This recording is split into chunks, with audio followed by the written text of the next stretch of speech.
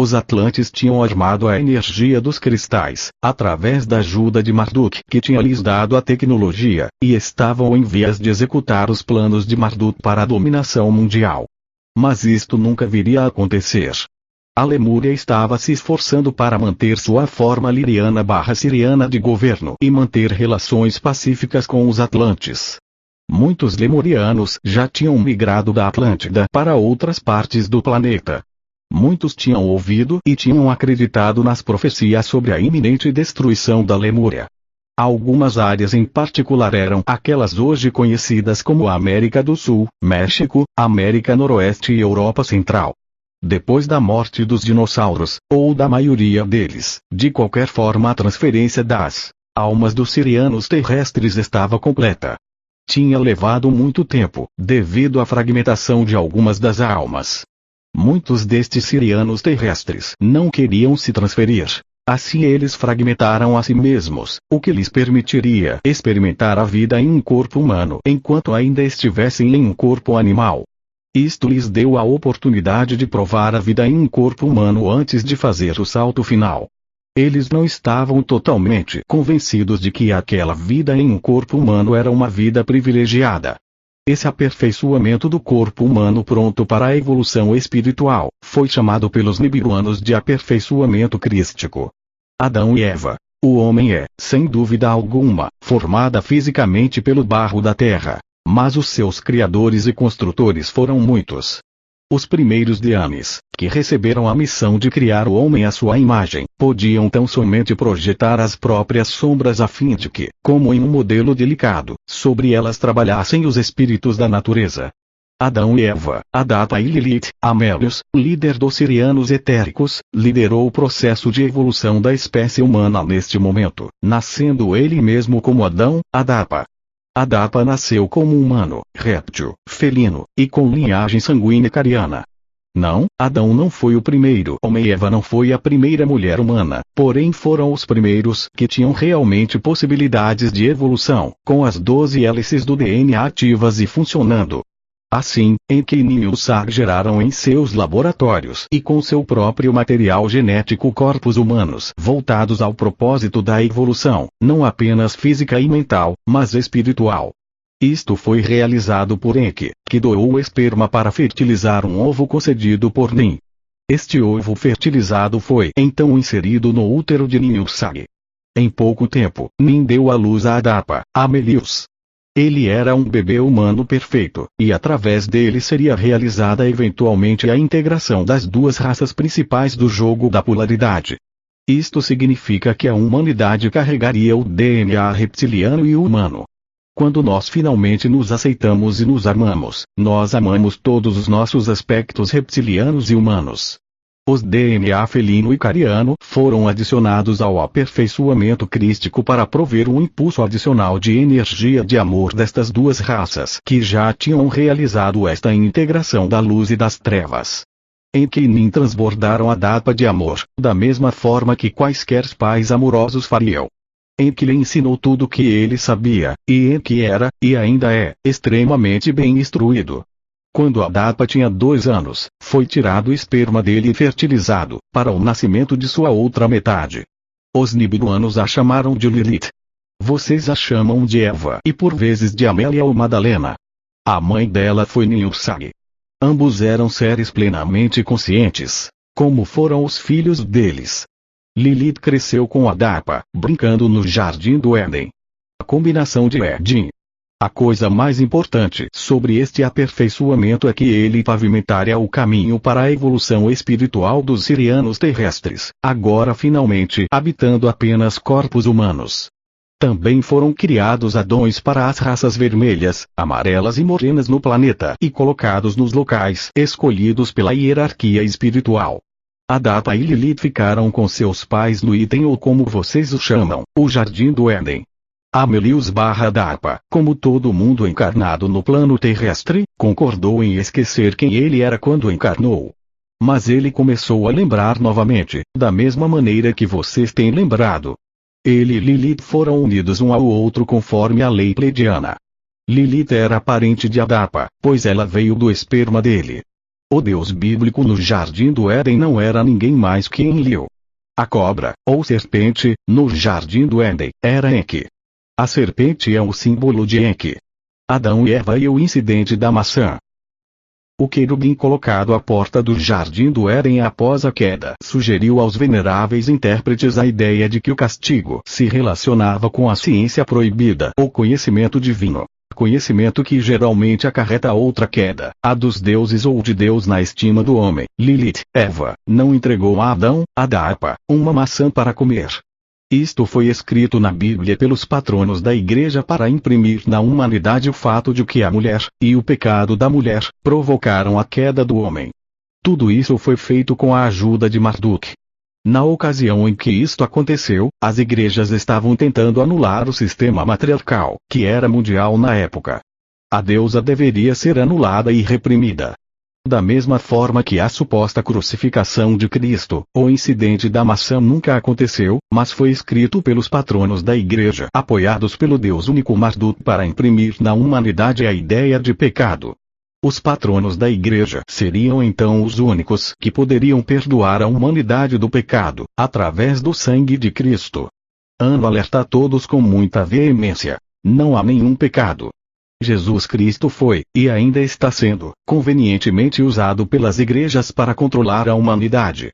Jesus era um bem viajado e bem treinado rabino judeu que voltou à sua terra natal para disseminar o conhecimento que ele havia recebido. Seus ensinamentos mais importantes foram sobre a compaixão. Ele deu à humanidade de então o que muitos na hierarquia espiritual do planeta estão reativando agora, a fórmula de 13ª dimensão da compaixão. Isso é fundamental para a evolução espiritual de todos. As igrejas ensinaram que se as pessoas não recebessem absolvição pelos seus pecados, elas iriam para o inferno. A tradição oral judia também trazia a história do incidente da maçã, mas era um fruto, não necessariamente uma maçã. Isto foi inserido na tradição oral deles por volta de 2000 AC por Marduk. A árvore do bem e do mal, conhecimento, era um símbolo para a nova escola que Enki tinha criado para ensinar o antigo conhecimento para Adão, Eva e seus descendentes. Esta escola era conhecida como a fraternidade da serpente. A maçã era o símbolo do conhecimento que era ensinado na escola.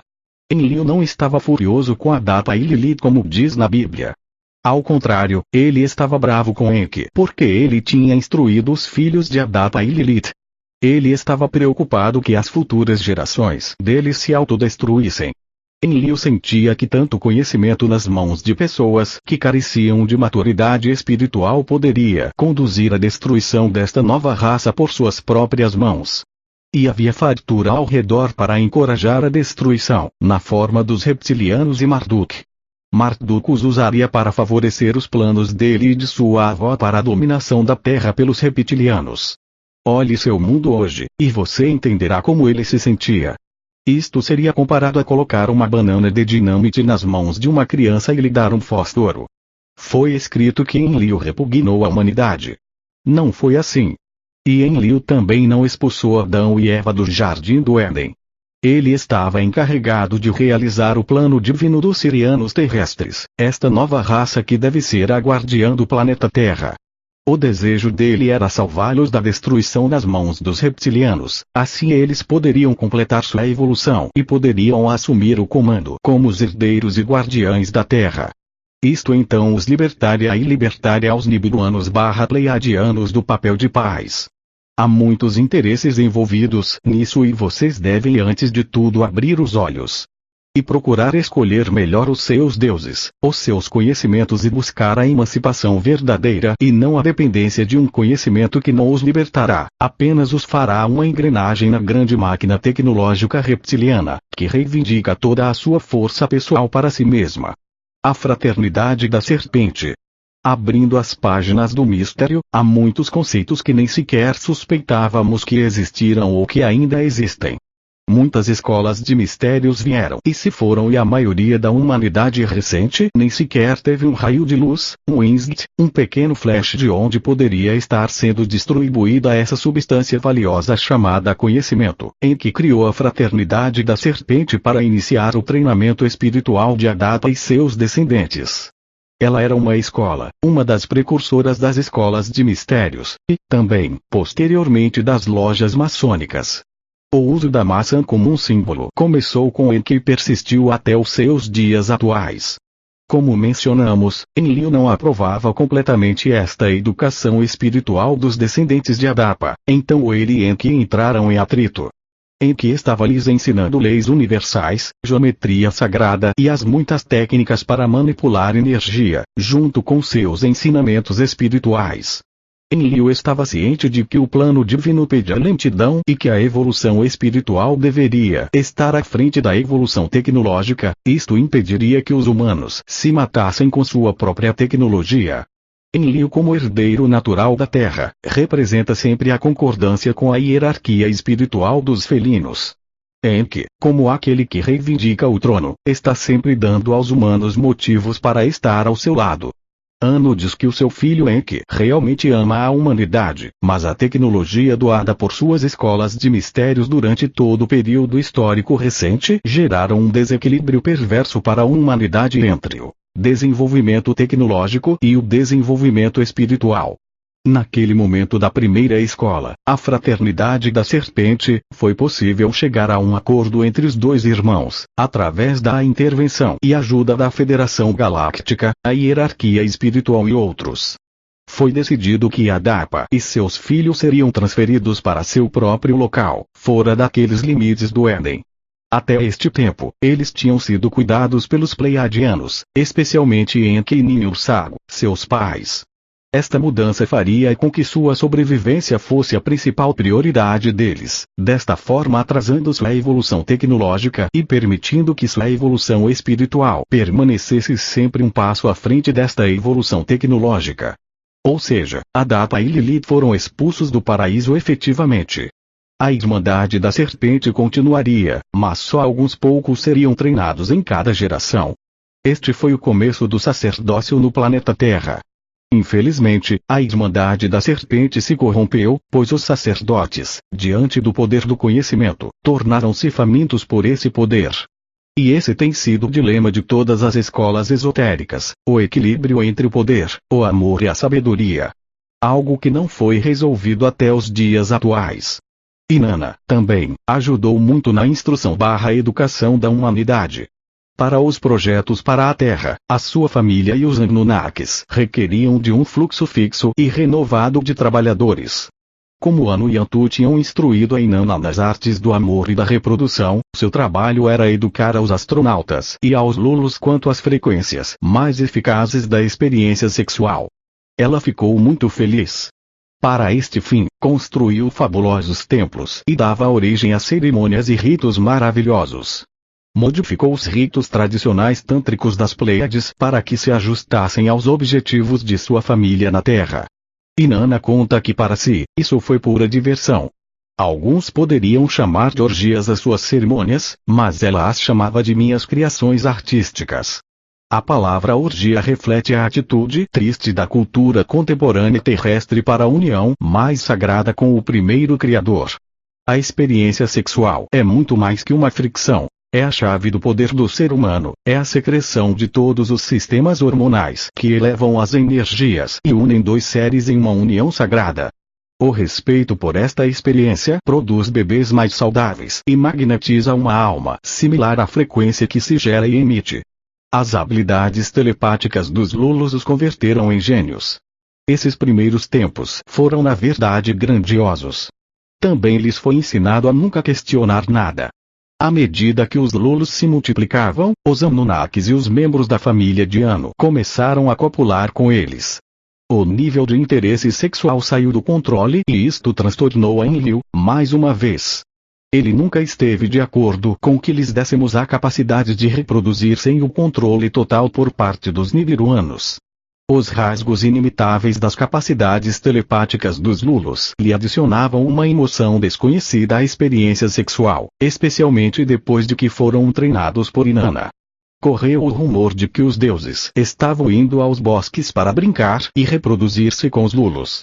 De vez em quando, os Anunnakis perdiam o julgamento e expressavam suas paixões desenfreadas ali mesmo nas ruas da Suméria. Os Lulus eram tão lindos. Inanna achava tudo muito divertido.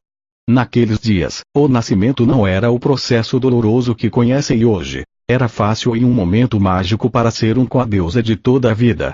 Era um momento para expressar união com todo o cosmos, para formar mais manifestações do primeiro Criador. Não era um momento de dor. Certamente não havia vergonha do corpo e suas funções. As nibiruenses e as lulos desfrutavam da situação.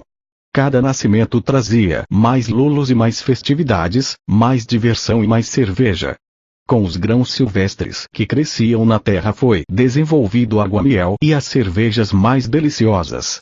Eram dadas aos lulos como recompensa por seu trabalho e aos Anunnakis e aos próprios nibiruanos. O casamento de Inanna. Existem deuses da violência, existem deuses da compaixão, existem deuses que unem os dois mundos, o visível e o invisível. São personificações da energia posta em jogo.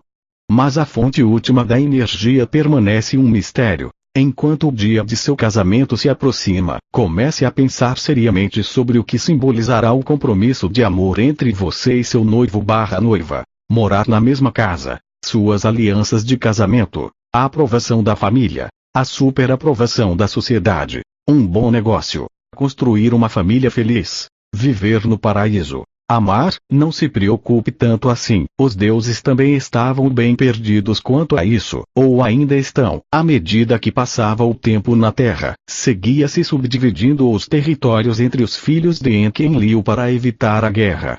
Cada vez Enlil se sentia mais incomodado com a copulação desenfreada entre os Anunnaki e os Lulos.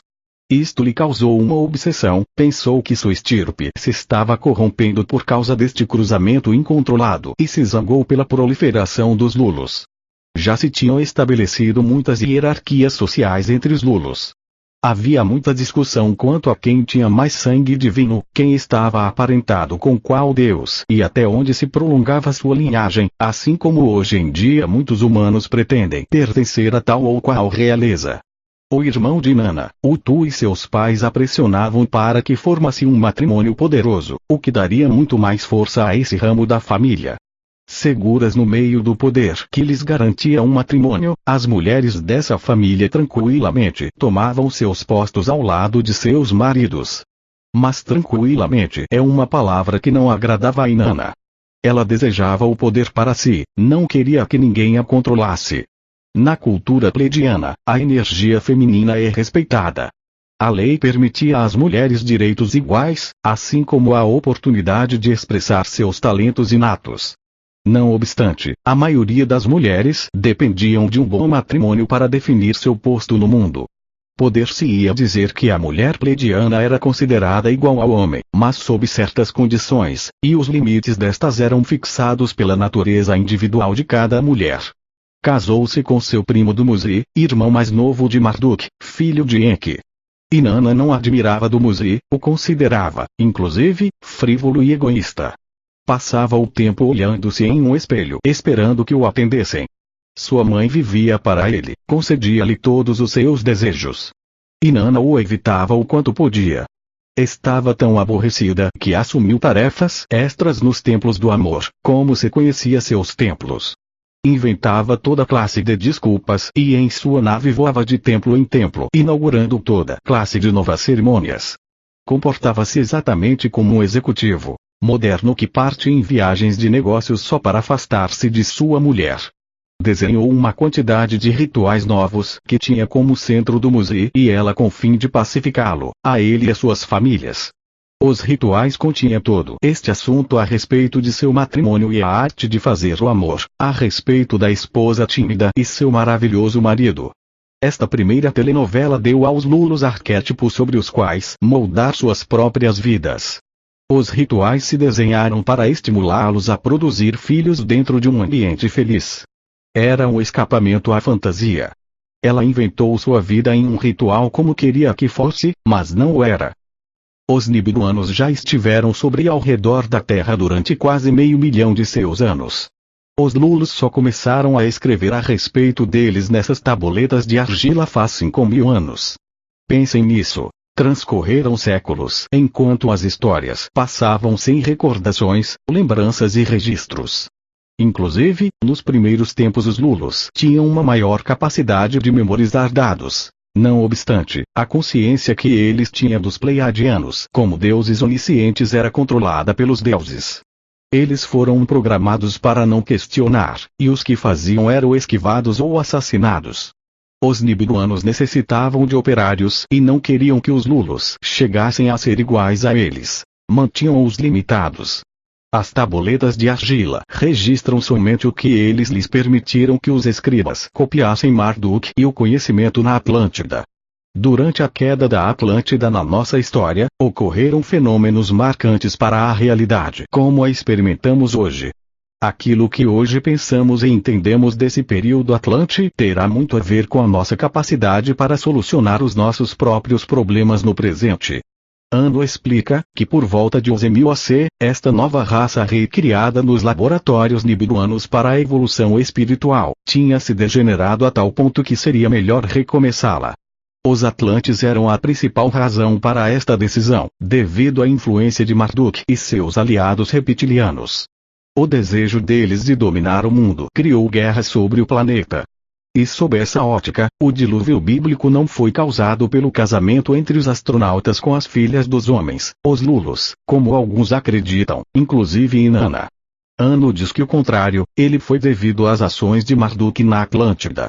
Desde, por volta do ano 25.000 AC, acrescente ou tire uns 1000 anos.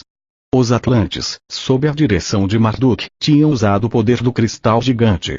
Isto, a princípio, foi usado para dar poder a aeronaves, navios e submarinos. Os Atlantes estavam radiantes com este último avanço tecnológico. Marduk estava fazendo com que seu modo de agir caísse nas boas graças deles e conquistando sua confiança, dando-lhes tecnologia nibiruana e reptiliana. Ele começou na comunidade científica, que então se tornou a classe dominante da sociedade deles. Depois, ele infiltrou a classe governante e logo se tornou o poder por trás do trono. Isto conduziu a muitas divergências dentro da sociedade dos Atlantes, colocando o sacerdócio e as pessoas espiritualmente orientadas contra as pessoas orientadas pelo poder e pela tecnologia. Havia divisão em todas as classes, da classe governante às pessoas comuns. Muitos Atlantes apoiaram Marduk e muitos não o fizeram. Os lemurianos enviaram representantes até aos governadores da Atlântida e tentaram adverti-los do resultado negativo da busca deles pela dominação mundial, sob a liderança de Marduk. Marduk sentia claramente que o seu pai, Enki, deveria ser o herdeiro da terra e de Nibiru, e não o tio dele, Enlil. Mas Enki já tinha desistido de sua busca por reinado. Ele preferia trabalhar em seu laboratório construindo coisas e prosseguir seus estudos espirituais, em vez de assumir o pesado trabalho diário do governo. Por outro lado, Marduk preferia o poder e sentia-se duplamente merecedor de possuí-lo, pois sua mãe era uma princesa do povo serpente e sua avó era a rainha dos dragões. O primeiro marido dela tinha morrido antes de ela casar com Anu. Marduk sentia que se ele não tinha seu pai para lutar pelo domínio da terra, ele mesmo iria fazê-lo. A Atlântida era o lugar perfeito para ele começar, pois estava bem distante da Mesopotâmia e do Egito, e dos sempre vigilantes olhos de seu tio Enlil, e o pai dele, Enki. Em sua busca pela dominação mundial Marduk tinha uma carta muito poderosa, o cristal gigante. Ele já tinha conseguido atrair um cometa, um dos 10 cometas da Terra de Tiamat, através de um feixe de luz do cristal gigante, e usou isto para ameaçar as outras civilizações e mantê-las em submissão. A qualquer hora Marduk poderia derrubar o cometa sobre qualquer parte da Terra, e devido ao tamanho do cometa e à velocidade do impacto, ele poderia destruir aquela civilização. Ele fez isto com a Lemúria, e causou a destruição e afundamento do continente inteiro. Ele estava pronto para fazer isto novamente aos impérios Rama e Il, quando Nibiru retornou para as imediações da Terra. Nibiru criou um rompimento momentâneo no feixe de luz que segurava o cometa no lugar, e dentro de minutos, o cometa caiu sobre a Atlântida, afundando o continente inteiro. Isto aconteceu ao mesmo tempo que o grande dilúvio, somando-se à destruição da massa do planeta. Marduk também foi o responsável pela destruição do firmamento. O firmamento é a camada compacta de umidade de aproximadamente 5 km de espessura que envolve a Terra. O homem não via o Sol e a Lua até então.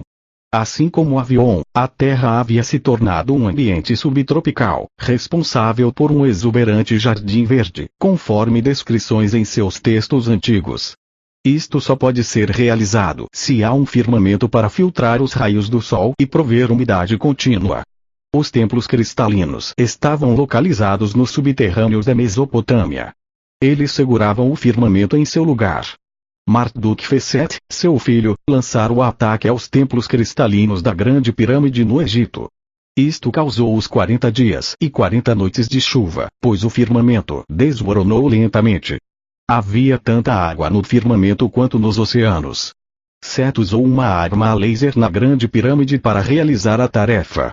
O uso que Set fez da Grande Pirâmide provocaria posteriormente a Segunda Guerra da Pirâmide e o esvaziamento de todo o seu equipamento, por Ninurta. O dilúvio e a Arca de Noé. Foi uma catástrofe total, a maior catástrofe jamais vista na Terra. E as pessoas sábias, neste momento, fizeram tudo o que puderam para aliviar esta situação. Faziam grandes esforços para limpar os níveis dimensionais, para retirar o material e seres que entravam dos níveis dimensionais inferiores. Retirando espíritos e pessoas e devolvendo-as ao seu mundo. Todos os sistemas da Atlântida, podemos dizer todos os sistemas sociais, financeiros, espirituais, todos os conceitos de como deveria ser a vida se degeneraram e desabaram por completo. E o continente da Atlântida ficou doente, as pessoas ficaram doentes e foi o princípio de mais um fim. A ideia de que a população de Lulos chegasse a invadir a Terra perturbou mais a Enlil, principalmente porque eles faziam isso sob o domínio tecnológico reptiliano de Marduk e sem o desenvolvimento espiritual correspondente. Enlil queria desfazer-se desta situação. Mas, como? A quem terei que matar? Enlil convocou uma reunião da família. Demandou que se fizesse algo quanto aos Lulos, e começou a exortar seus pontos de vista solenes quanto ao assunto. É óbvio, a velha rivalidade de irmão contra irmão começou a esquentar-se. Enki se opôs firmemente. Queixou-se de que depois de todo o trabalho que ele e Ninhursag tinham para produzir trabalhadores tão eficientes, era algo absurdo sequer pensar em destruí-los. Possivelmente havia muito mais ruído lá fora, mas pelo menos agora havia mãos suficientes para cavar nas minas de ouro. Os irmãos bramaram e se enfureceram como de costume. Enlil não queria mudar de ideia apesar das súplicas de seu irmão. Os filhos de Enlil e Enki se uniram à disputa, e houve muita irritação em ambos os lados, mas ao final, como ele é filho número 1, Enlil prevaleceu. Seu plano não os mataria a todos, somente aqueles desafortunados que morreriam de fome, de modo que se arrumou a primeira escassez de mantimentos. Quando Enki e seus filhos saíram da reunião, estavam forjando um plano para bloquear Enlil, porque mesmo que a fome resultante fizesse que o canibalismo se pulverizasse por todo o país, passaram comida de contrabando aos Lulos e a maior parte sobreviveu. Supõe-se que Enlil tem autoridade inapelável sobre o resto dos familiares por ser o primogênito, mas não era tão fácil, porque era uma família de indivíduos de caráter forte. Todos eram obstinados a desenvolver seus poderes, e não gostavam muito de fronteiras ou limitações de nenhum tipo. Enlil é igual. É filho de Anu, que nunca seguiu a ninguém em nenhum assunto.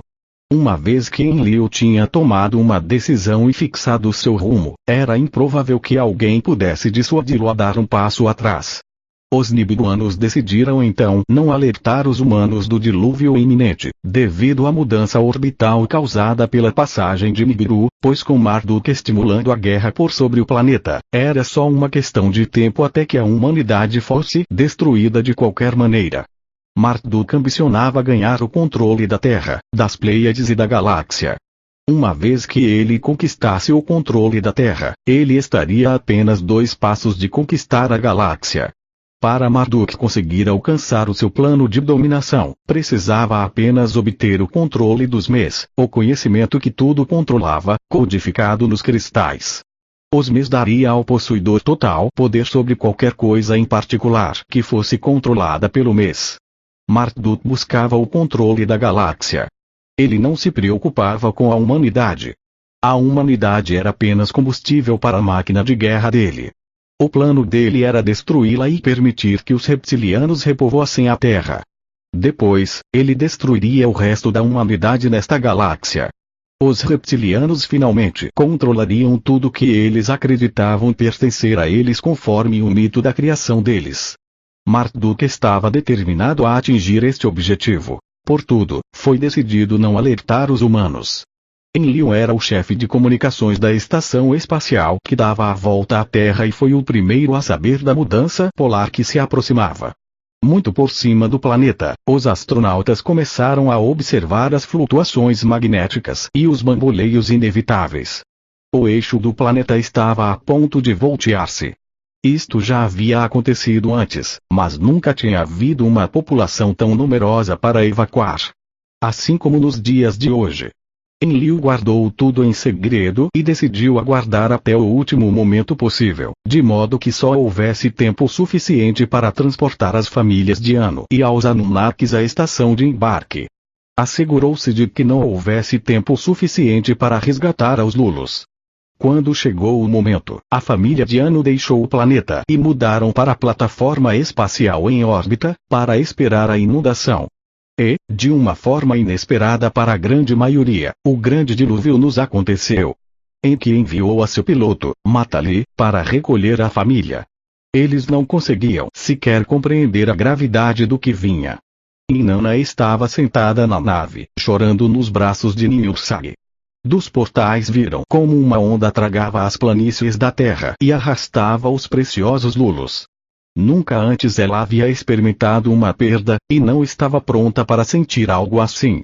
Em seu coração ouvia os gritos dos Lulos desesperados. Em sua imaginação via as mulheres que tinha treinado em seus templos, aferrando-se às suas colunas, rezando a ela, entre todas as pessoas. Mas suas orações não foram respondidas e se inundaram na morte. Suas túnicas brancas flutuaram por um momento em bolhas ondulantes e tudo terminou. O coração de Inanna partiu. Não sabia quanto amava aos Lulos. Não sabia que uma parte dela permaneceria com eles debaixo desse cruel dilúvio. Ninhursag era a única que parecia compartilhar tal tristeza. Choraram de desespero. Quem lhes prepararia deliciosas cervejas?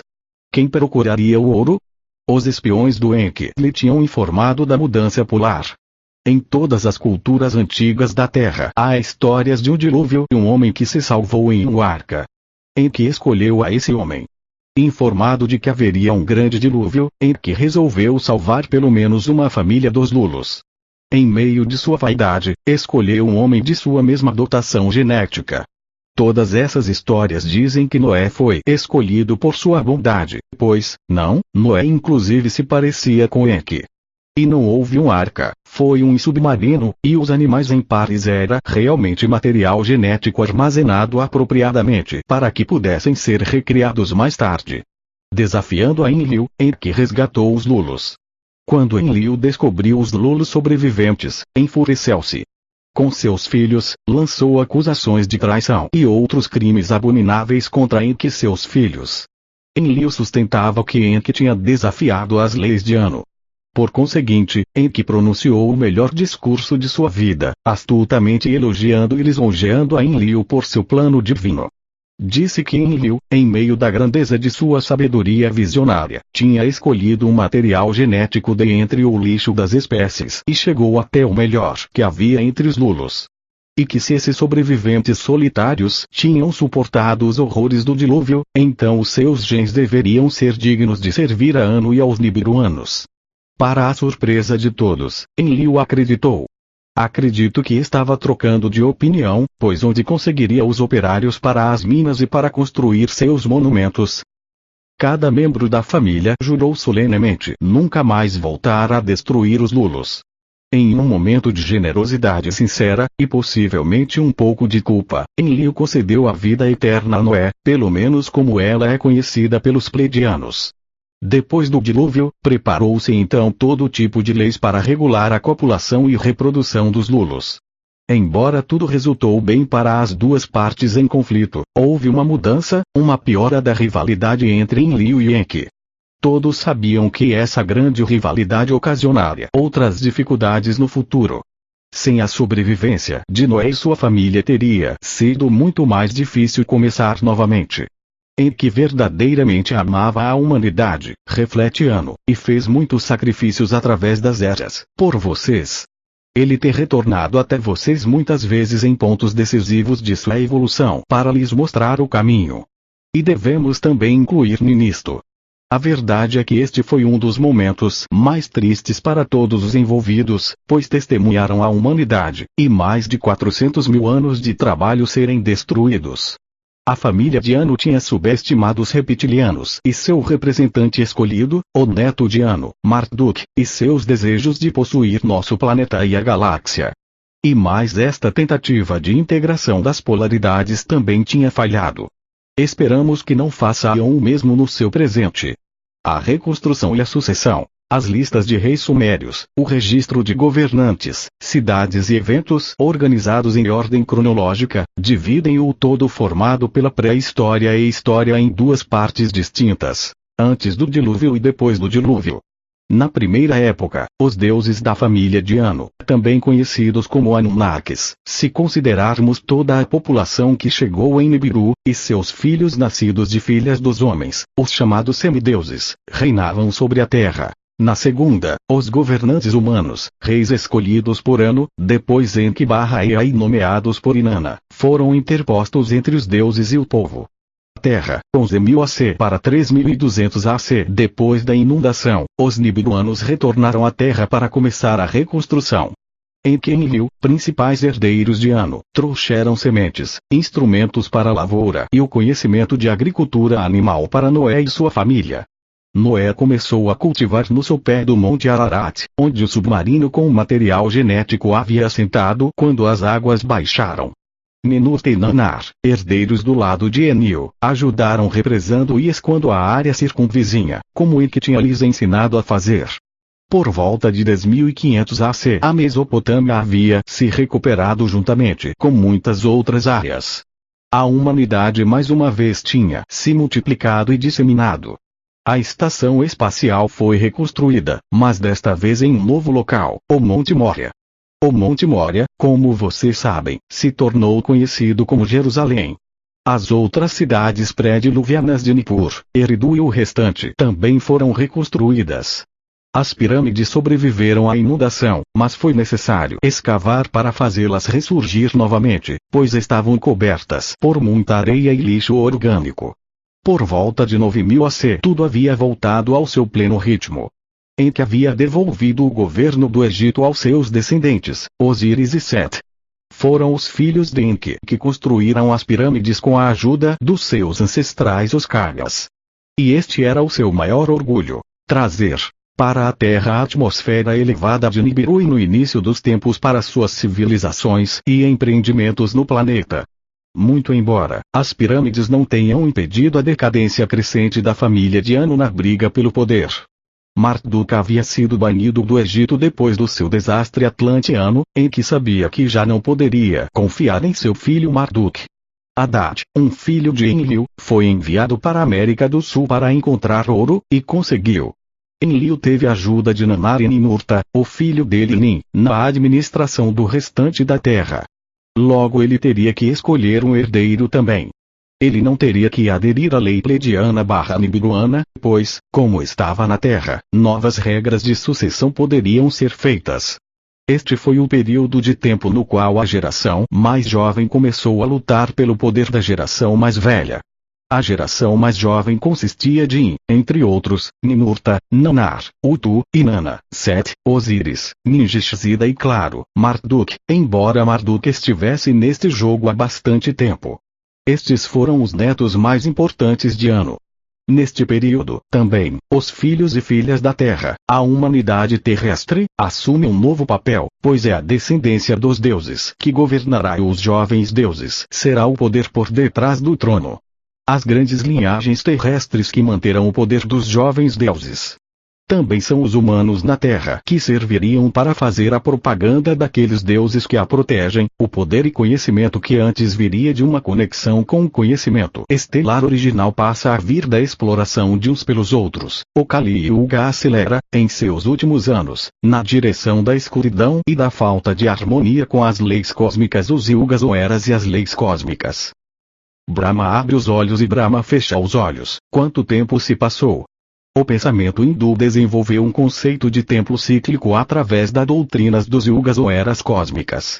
No pensamento ocidental moderno, o conceito de tempo é linear, como uma sucessão sem fim de eras, épocas que traz um pensamento implícito de uma evolução também linear e contínua, quase que automática.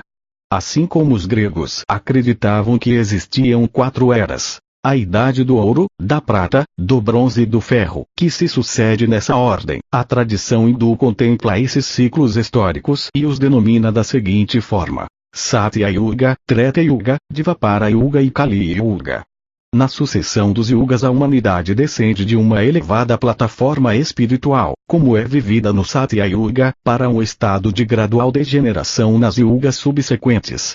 As eras ou yugas diferem uma da outra quanto ao grau de obediência dos seres humanos ao Sanatana Dharma, isto é, a lei eterna ou as leis cósmicas, a lei que determina a justiça, retidão, moralidade e harmonia em todo o universo e podem ser encontradas fundamentando todas as religiões e caminhos espirituais, pois é a essência eterna e única de todas elas. Cada yuga tem também uma dada escritura, ou Shastra, apropriada ao nível ético de sua humanidade. Atualmente estamos vivendo a última dessas 4 eras, o Kali Yuga, também chamada a Idade do Ferro, onde a ignorância e o materialismo, o egoísmo e os vícios etc. prevalecem sobre as virtudes espirituais. É importante notar que na sequência das eras existe uma gradual degradação do Dharma, lei universal ou retidão. Na Satya Yuga o Dharma é perfeito, na Treta Yuga ele decresce em 1/4, na Dvapara Yuga em metade e na Kali Yuga apenas 1/4 do Dharma prevalece. Então com o início da nova Satya Yuga o estado original de pureza é restaurado, os ciclos começam novamente e assim repetem-se, ad infinitum. Esses conceitos são encontrados nos Puranas, textos sagrados que descrevem a cosmogonia e a mitologia na tradição hindu. Duração de cada yuga de acordo com a nossa contagem do tempo. Kali Yuga igual 432 mil anos, Dvapara Yuga igual x2 igual 864 mil anos, Treta Yuga igual x3 igual 1.296.000 anos, Krita Yuga igual x4 igual 1.728.000 anos. A soma dos 4 yugas é a Maha Yuga ou Grande Yuga. A soma de 1000 Maha Yugas corresponde a um dia de Brahma, Kalpa. Depois de um dia de Brahma, segue-se uma noite de Brahma de igual tamanho. Maha Yuga igual a soma igual 4.320.000 anos. Cada Kalpa subdivide-se em 14 Manvantaras, ou intervalos de Manu, que terminam com dilúvios. Cada qual equivalendo a 71 Maha Yugas e uma fração. O desenvolvimento e o caos de cada Kalpa são marcados por eventos mitológicos que se repetem ciclicamente. O deus Brahma vive 100 anos, Mahakalpa, depois o universo é absorvido novamente no absoluto durante um século de Brahma, então tudo recomeça e entra indeterminadamente novamente no ciclo de 311 trilhões de anos. Uma dia de Brahma igual Maha Yuga 10.000 igual 4.320.000.000 anos. Uma noite de Brahma igual 4.320.000.000. 24 H de Brahma igual 8.640.000.000. Mahakalpa igual 100 anos de Brahma igual 360 x 8.640.000.000. x 100 igual 3, 1, 1, 0, 4, 0, 0, 0, 0, 0, 0, 0, 0, 0, 0. O conhecimento dos yugas também está associado ao sistema de castas indiano, que referencia originalmente a designação divina ao destino de cada ser humano. No Krita Yuga, o Dharma penetra totalmente no organismo universal. Assim, os seres deste período nascem virtuosos e dedicados ao seu dia a dia harmonizado divinamente com o Dharma. Em Treta Yuga, o modo de vida de cada uma das 4 castas, conceito também presente no hinduísmo, começa a entrar em desordem. Os deveres deixam de ser espontâneos e naturais pelo Dharma, precisam ser aprendidos. Dvapara Yuga é o desafio de equilibrar as dualidades da imperfeição e perfeição, luz e treva. A perfeição da ordem espiritual não está mais à frente de tudo, os seres são cegos pelas paixões e mesquinharias materiais, dissolvendo o estado semidivino da sociedade. Nesta era, a santidade só pode ser alcançada por jejum, devoção e ascetismo e prática religiosa. Kali Yuga é conceituada como idade das trevas, existindo com apenas um quarto da lei do Dharma, desenvolvendo a degradação moral e social, e deixando o mundo e o ser humano atingirem o que tem de pior. E assim, configura-se uma explicação para a organização da vida do universo voltada ao desenvolvimento espiritual classificado em 4 diferentes vivências. Marduk e as guerras da pirâmide. O planeta Terra sofreu um acidente, uma quebra dimensional. Os ancestrais felinos e cárias enviaram o conhecimento da construção de pirâmides para equilibrar o desequilíbrio, mantendo a sintonia com as estrelas e criando um campo harmônico dentro de civilizações em queda, o campo do Nilo Azul. O Egito foi uma missão, uma tentativa de sucesso de deixar os códigos e conhecimentos da matriz da civilização para o futuro, nosso presente. Naquele presente, nosso passado, de 8.400 a 3.400 a que foi o máximo que pode ser feito. A queda era inevitável, mas o futuro estaria garantido, será mesmo. Os filhos de Enki sempre estavam discutindo entre si, inclusive quando eram crianças. Quando Enki e seu irmão Enlil, os principais herdeiros de Anu, portanto, da Terra, lutavam pelo poder, também o faziam seus filhos. Poderia e ainda pode haver alianças temporárias, mas cedo ou tarde um quer impor-se sobre o outro e os irmãos chegavam aos golpes. O mito da criação reptiliano é fortemente presente na linhagem de Enki. Fortemente presente na linhagem de Enki.